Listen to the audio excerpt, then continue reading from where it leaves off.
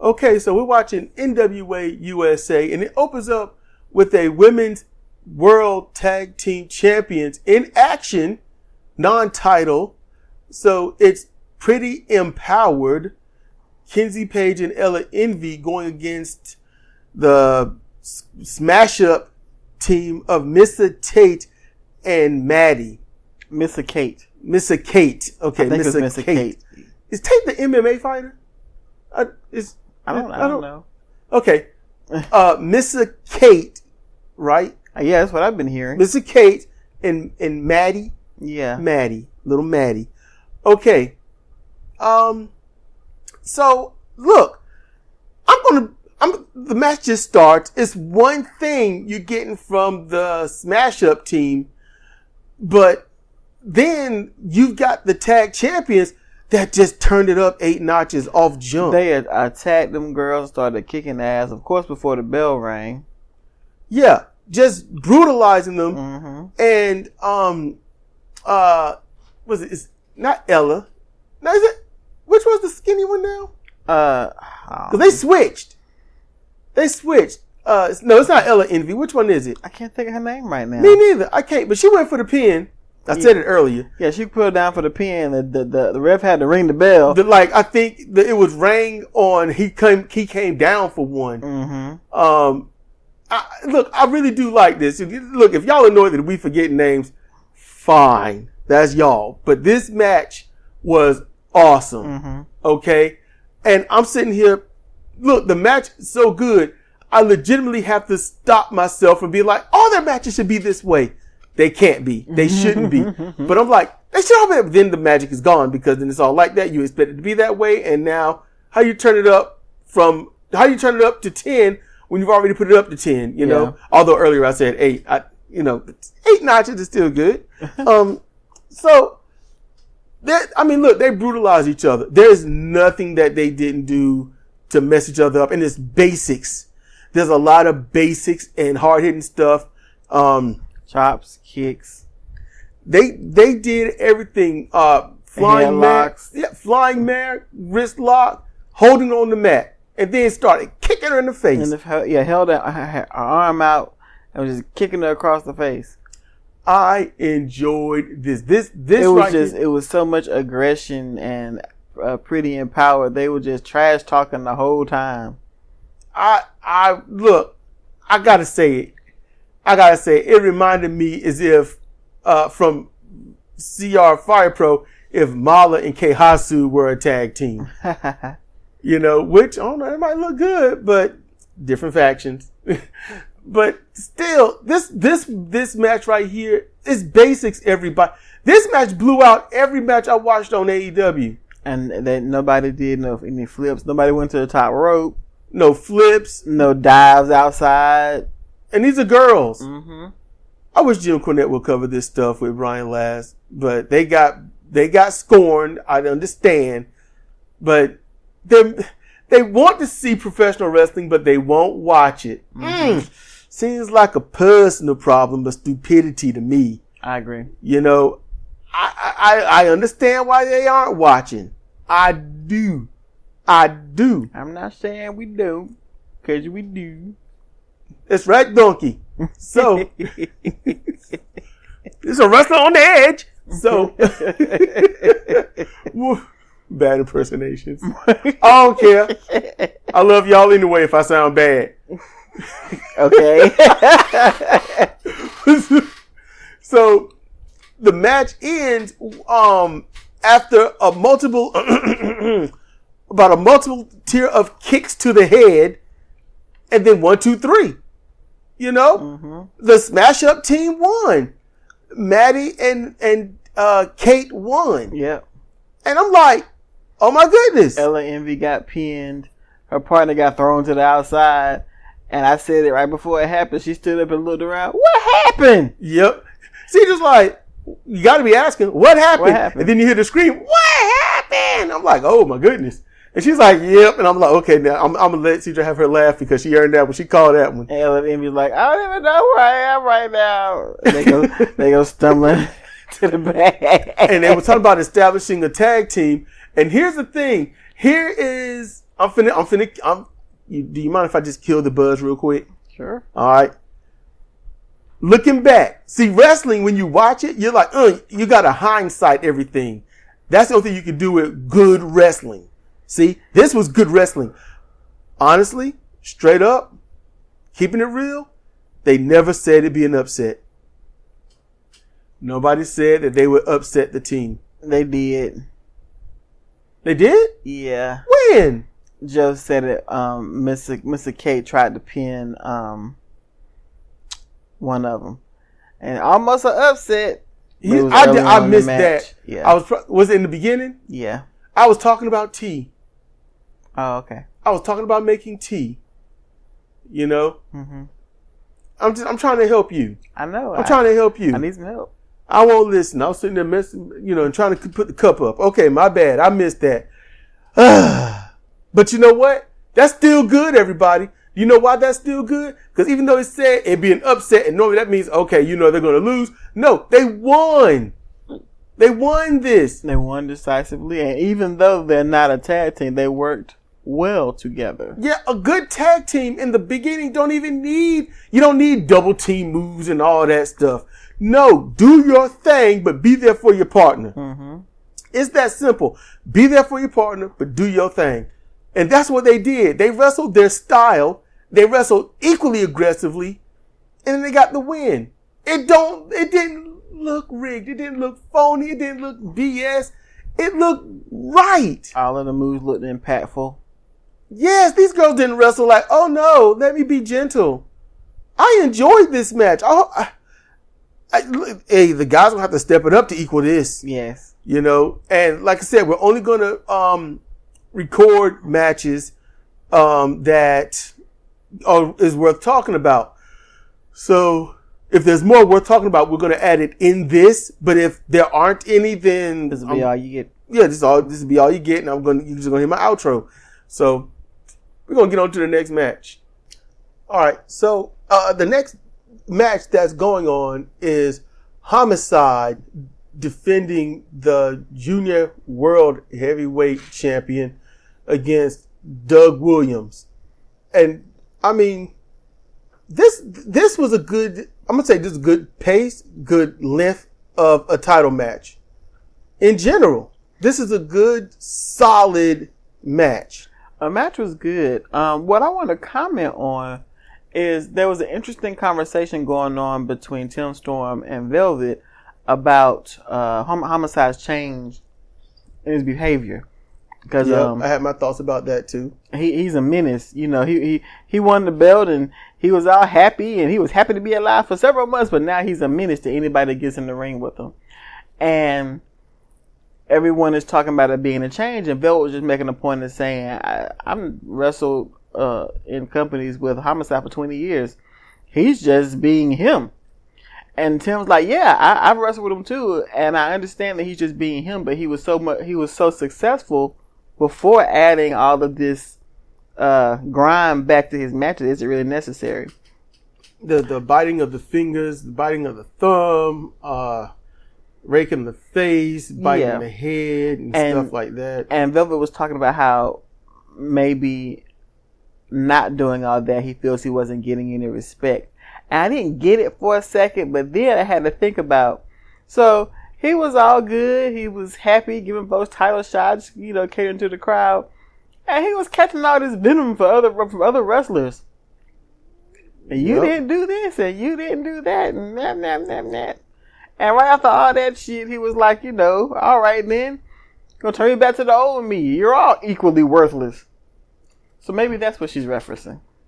In this match, this was Homicide coming out as who he is.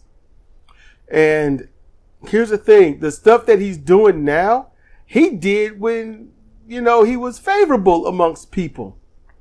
He did the same stuff when he was a crowd favorite. The only thing now is he's doing this stuff against other crowd favorites. Mm-hmm. So now he's going to be the bad guy. He didn't change. Like Eddie Guerrero, he was doing all the bad stuff and people hated him. And then he started doing it to the bad guys and people loved him. It's an indictment on fans not being consistently, intelligent. Mm-hmm. You know, you can't cheer me doing this bad stuff and then boo me doing the same stuff. There is a lot of psychology that goes into wrestling, and this is it. Wrestling is an exploitation of the people watching. That's really what it is. You know, good guys, bad guys. It's just a subtle change in rhetoric and delivery, and that's the only difference. Good guys and bad guys will speak to and of the crowd the same way. And drop kicks. Yep. Good guys do drop kicks. Bad guys shouldn't do drop kicks. And if a bad guy does a drop kick, they need to be mocking the good guy.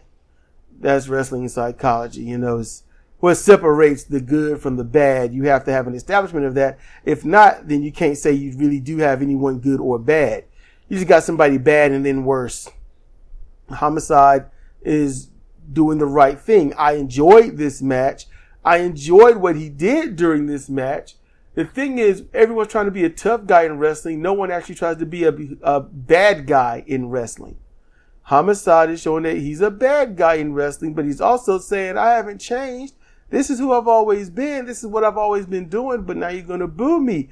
And so I don't like how he won the match. That should have been a disqualification. I would say the ref and or the NWA is slipping on that because he gave him a, you know, and like I like what Galley had to say. That was an unprotected punch to the back of the head, which is why they don't allow it in boxing, which is why, because you can score an easy knockout like that. So he did that, and Williams was out. He put him in the Boston Crab, the Young Lions special, and he couldn't answer the call. So, you know, called the match. It's referee stoppage. Yeah. And so now the crowd's all mad at Homicide. Homicide's mad at the ref. The ref is mad at Homicide. And I like how the crowd's booing it. He's like, why you boo me? Why you boo me? And I ain't going to lie. Because of his accent and stuff. It was kind of cute. Yeah, it was cute. It was sad. And it made me want to dislike the crowd. Homicide made me want to dislike the crowd instead of dislike him. Why you boo me? It's like, I was like, oh man, y'all are jerks. You know, so, he did a good job. I like this. You know, it's going to take a bit for Homicide to make me dislike him. Yeah. It really is. Especially real life, knowing a lot of the good and charitable things that Homicide has done in the wrestling business and outside of it. Knowing that, I'm like, oh, I know this guy's so good. So, but, you know, keeping it strictly wrestling, I can't even be mad at him. I'm like, the crowd is being the bad guy. It's a thing, you know, so we'll see if anything else interests us.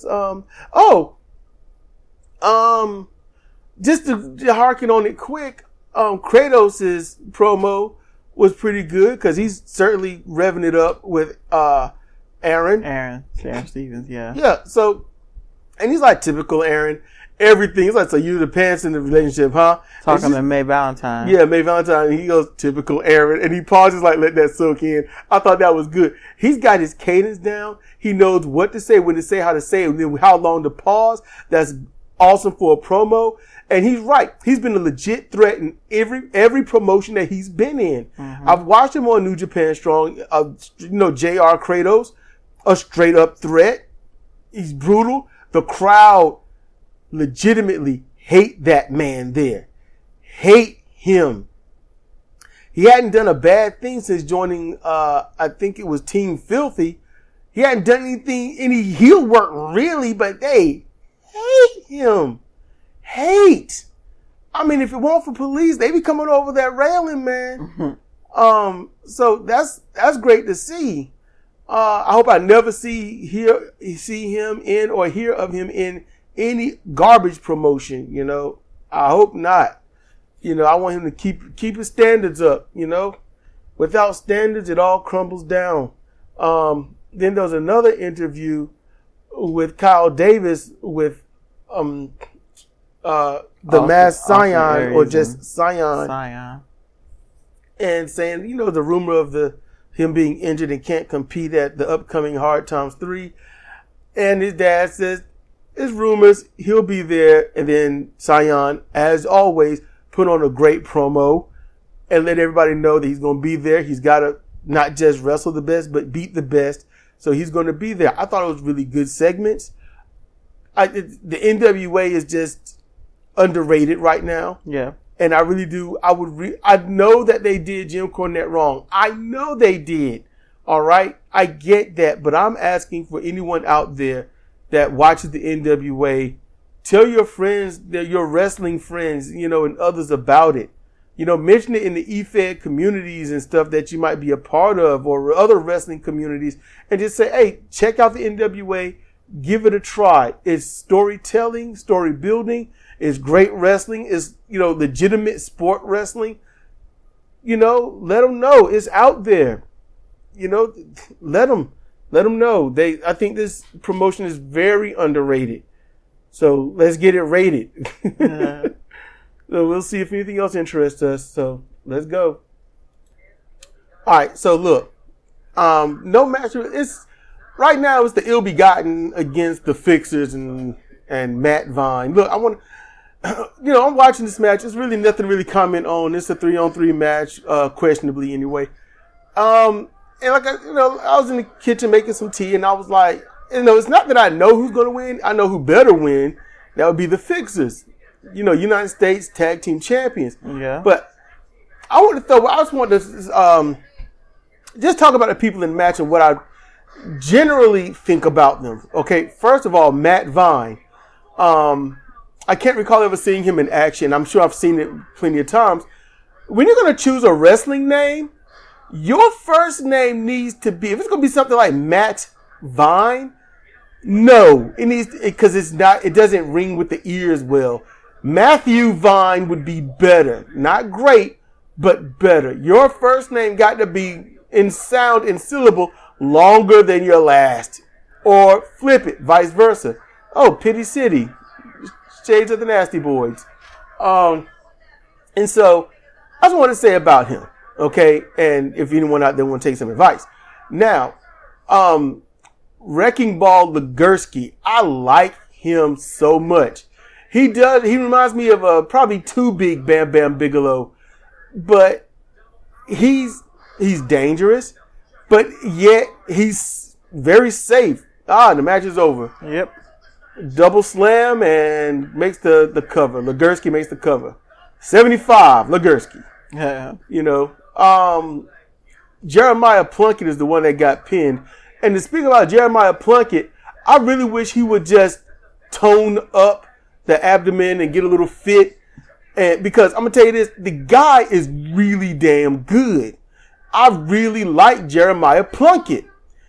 Right now, his body is in the shape of something that when it hits, it goes Plunkett. His name sounds like, you're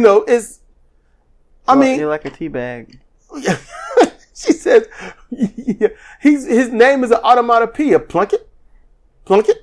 And when he wears that singlet, he needs to put some legs on his singlet or something, because he really looks like Plunkett needs to wear some, pants in the ring. Now, I don't think he need to wear the spandex tights. He could and get away with it easily, yeah. But I would say right now some jeans and a baseball shirt type thing or something like that. Or keep the singlet and put some loose wrestling pants on or something like what Tommy Dreamer used to wear or something like that. Nah. I think that would go well. Like you're looking for a cup of hot water. You're going to he's not a teabag. He looks like one. He plays one on TV. Damn it. This is what I got to work with, everybody. So, I like the Mercurio. I don't know. I just see him as an upscale Baba Ganoush. Yeah. As Al Snow would say. His hair. I was talking about how wonderful his hair is. It looks greasy and stringy. And greasy hair should never look stringy. And he's always messing with it. His hair is atrocious. It is. And it's his. I would not claim that hair. I'd be like, of course I wear the wig. Mm-hmm. I would not claim that hair. If you're going to be the sort to be on the cover of a romance novel, that hair needs to be flowing and Pantene Pro V. Yeah. I don't know. Maybe just, cut off some of May Valentine's and put it on him or something. I don't know. But Mercurio, he does not need to do his hair himself anymore. He needs to go to a stylist. and make it look decent, or just cut it short and look badass. Mm-hmm. You know, that's how I see that. But we're gonna get to the question mark with gorilla chains around his neck with the body of Red Mac, but Rodney Mac. Rodney, yeah. Sorry, got too many things in my head. Yeah, the Mac militant. You'll never live that down to me. That was the thing. So we'll see how this go, and then talk about the last man standing match if we have to, or we'll at least mention who win or something. I don't know. So let's get on with that. Yeah, she's laughing because we just got done listening to the question mark, and it's Rodney Mac. Okay, you can't say it's him. It's Rodney Mac. Look, you can't say it's not him, or you can't say it's not the question mark. It's the question mark. It's Rodney Mac. And May's like, Kratos was talking about my love, Aaron Stevens. You hear me say about that? No. Well, everyone is saying that Aaron's not retired. Can you tell them that Aaron is retired? Aaron is retired. And she's like, thank you. Who would you want to wrestle next? Kratos. Karate. Man. It's so detached. Yes. It's awesome. I love it. I honestly never thought this person could make me laugh. Oh my goodness. I like the question mark. I like his brother question mark too, though. Uh-huh. You know, the problem is, his brother says the brother of the question mark that's deceased. So we got some questions about the question mark. Yeah. Because, he's Rodney Mac. You can't prove he's Rodney Mac. What if Rodney Mac walked out and stood next to him? See, you'd be messed up, wouldn't you? Yeah, but I really don't foresee that happening. If y'all listening, y'all need to do that. Just saying. We're gonna see what goes on next. I think it's last man standing match. If two women have a last man standing match, does that mean they don't have to wrestle? I think that's a good question. There's no meaning to begin with. All right. Okay. See, I ain't even mic'd up. It's all the way over there at the brush. Okay, there we go. All right. So get to the main event, and Mayweather comes out and he's like, I'm done. I ain't dealing with this anymore. I'm done. I'm not being the hero for my son, and I'm not being a dad for my daughter, and I'm not really focused on my career or anything like that. I'm just in this loop, and I got to move on, man. I just got to move on. And look, I got to just say this. Son Mason, that's a hell of a handle. Mason Mayweather. Mm-hmm. That's a hell of a handle, man. And Lydia Mayweather, those are wrestling names right there. Those are championship names. Mm-hmm. I'm just throwing that out there. Legit names, and that don't change them, use them. If you hear this, if someone knows them and they get into the wrestling business, keep those names. Get a copyright on your name in pro wrestling and no one can own them. Copyright your name. In case you go to WWE and they want to own your name and take everything from you, yeah, copyright it. Trademark it, whatever you got to do. All right? Get the ink on your foot and stomp on it. I don't care. Just own it. Okay? So, all right. Then whoever the stooge is, he comes down, he's trying to bait him into it, and Mayweather's like, you're not going to be, huh? His lawyer. Yeah, the lawyer, the jackweed stooge. He comes down there and Mayweather's like, you're not going to bait me into this. I'm above you. I'm above this. You could tell he was thinking something on those lines. Mm-hmm. And so, he's like, come on, son. And Jax Dane come down to the Dane event. I'm like, look, here's the thing. I understand Mayweather being the way he is. I get that. But here's the thing. You're going to wrestle Jax Dane, the Dane event. You might as well wrestle for the world title. That's about how that is. Oh, my goodness. And he's tired. He's like, I got nothing to do. I'm moving on. I'm done with you. And I'm just sitting here like, how you going to be done with a world champion? What in the world? How you going to be done with the man? The man.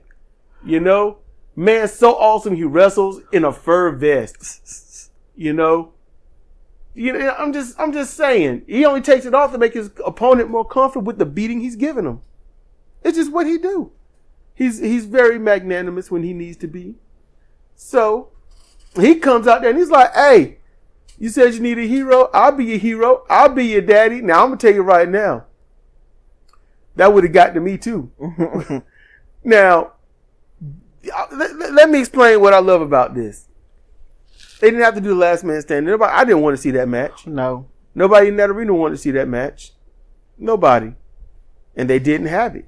And that was a smart thing to do. Mm-hmm. That was the right thing to do. You know, they had this talking. They had this back and forth. You know, because sometimes using real life, you know, to an extent is a lot better than making up some crap with a bunch of writers that don't know anything, let alone real life. So they talk. Jax Dane crosses the line, and they had to find something to say. You could tell they was going through a kaleidoscope of things in their minds on what to say. Yeah. That's not too far. Yeah. You know, because I would have crossed the line quick. If I'm the bad guy and I want to cross the line, I'd be like, hey, Mason, call me up. I'll be your dad. And in 2 years, I'll be Lydia's dad too. Yeah, I was thinking that. Man. Yeah, it would have been bad. So bad. Yes. But Mayweather went after Jax Dane with reckless abandon. And it looked like he was in a legit fight. Those, if they were working punches, they were expert style working punches. Cause he was throwing them.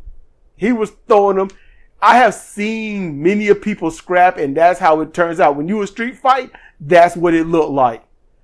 Boxers, they're more upright and they get in close. You know, they'll dare you to come into their fighting range because boxing is a martial arts. Street fighting is not a martial art. You know, not fully. In some places it is.